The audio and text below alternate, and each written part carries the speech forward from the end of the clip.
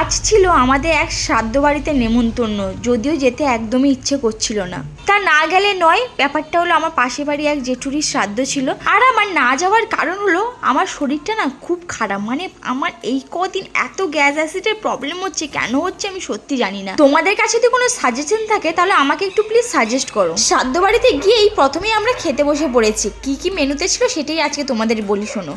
তো মেনুতে ছিল স্যালাড, সঙ্গে একটা লেবু দিয়েছিল, সঙ্গে ছিল বেগুনির চপ, উচ্ছে আলু ভাজা, আর ছিল ফ্রেশ ডাল। ডালটা খুবই ভালো লেগেছে।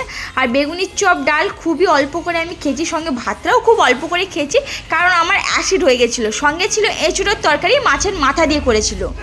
আর সঙ্গে ছিল দই কাতলা। এটা দই কাতলা না দই রুই আমি সত্যি জানি না, বিকজ আমি মাছ চিনতে এখনও কাঁচা। তা এর সঙ্গে ছিল পাবদা মাছের ঝাল। আমি খুব অল্প করেই খেয়েছি, আমার থালা দেখেই বুঝতে পারছো।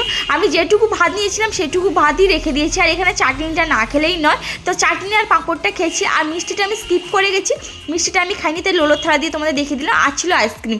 এই আজকে হলো আমাদের শ্রাদ্ধ বাড়ি খাওয়া দাওয়া।